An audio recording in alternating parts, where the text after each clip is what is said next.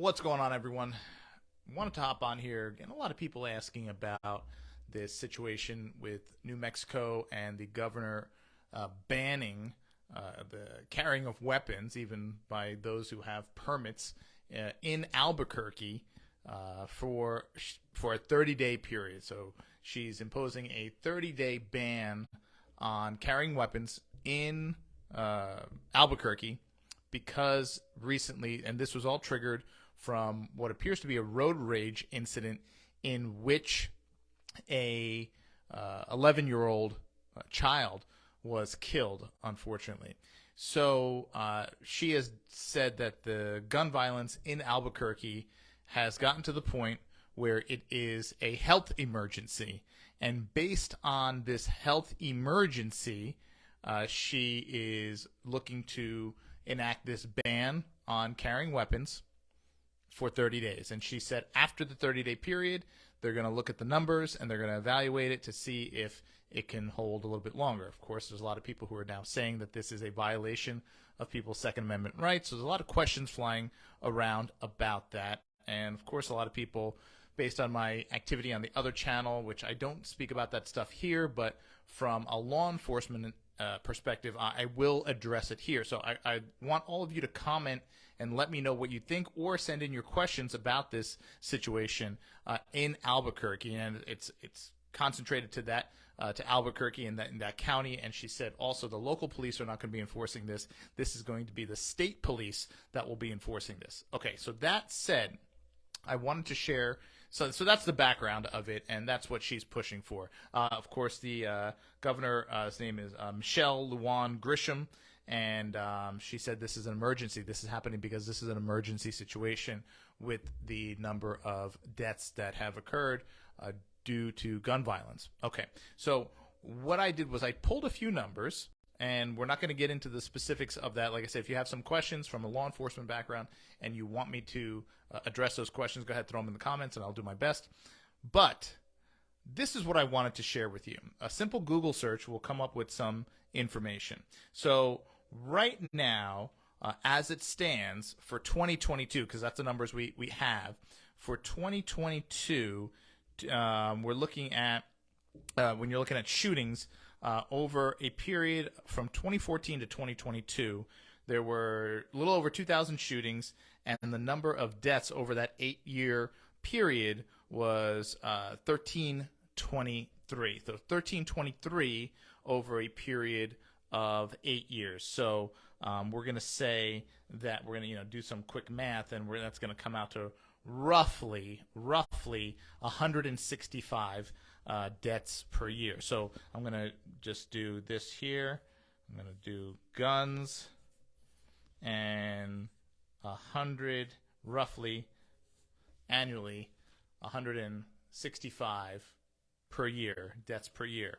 Okay, so then I ran some other numbers, and once again, a quick Google search will bring this up, and we looked at traffic fatalities. Traffic fatalities for 2022 in New Mexico, all of New Mexico, there were 120. There was 122 occurred in accidents, 170 total traffic fatalities. 36% were caused by accidents involving alcohol. But the total amount of traffic fatalities in 2022 in New Mexico, 466. So let's call this accidents, right? Traffic accidents, and we're going to call this and this is straight from their reporting, 466, right? So annually, 165, 466. Okay. The next number I looked at were drug overdose fatalities, and drug overdose fatalities. Once again, if you look at a basic Google search, the state reporting numbers are there, and that number for an annual number looking at 2022 was roughly 1,300. Okay, so here we go. This is just some basic math here. Okay, so we see guns 165, traffic accidents 466 deaths, and drug overdose 1,300.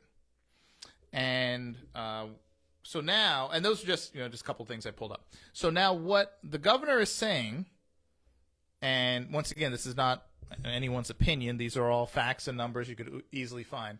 The governor is saying that 165 deaths is a health emergency.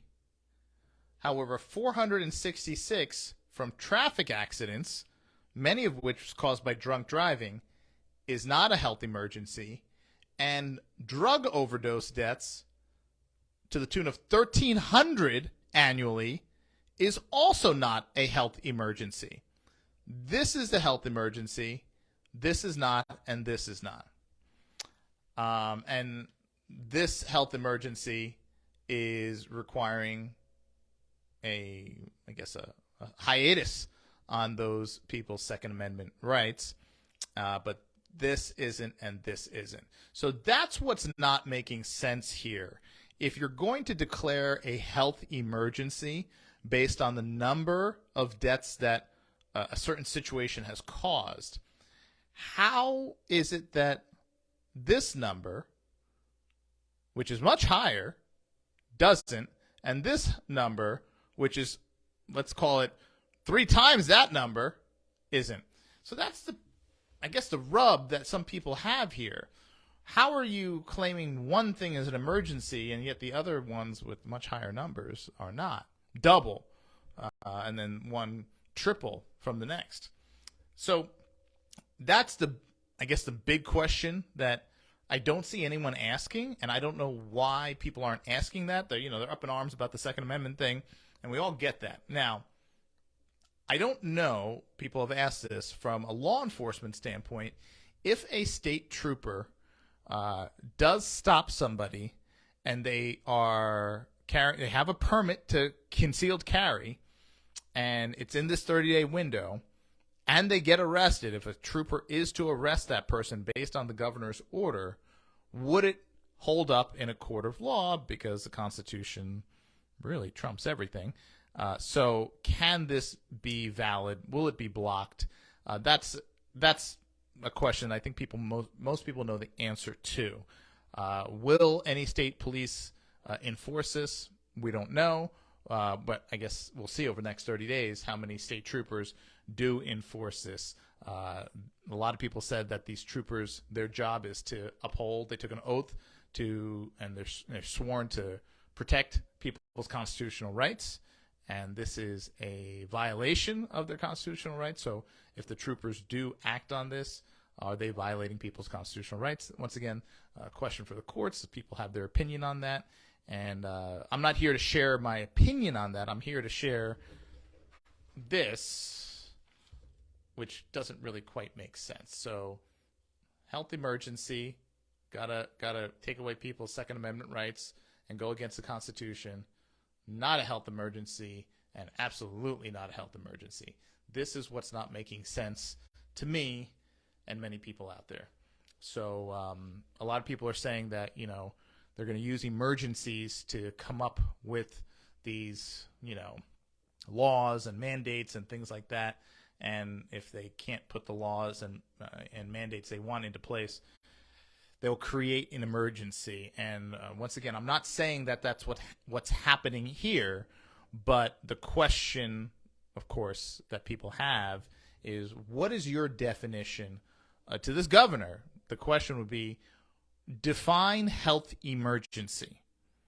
And if you're going to define health emergency by the number of lives lost, well, then we haven't seen any laws that were put in place, any mandates, any emergency orders to deal with the number of people dying annually in traffic accidents. And we haven't seen any emergency mandates or laws put in place to deal with the 1,300 annual drug overdose deaths. We're only seeing it for 165 gun deaths. So that's the question people have. Let me know what you think in the comments. Let me know what you think about the numbers I've shared here. And let me know what you think about if this is going to ultimately pass or whatever. And if you have any other questions, once again, from a law enforcement standpoint, be happy to answer them. Throw them in the comments. The team will get them to me, and then we'll go from there. Thanks for watching. I will see you next time.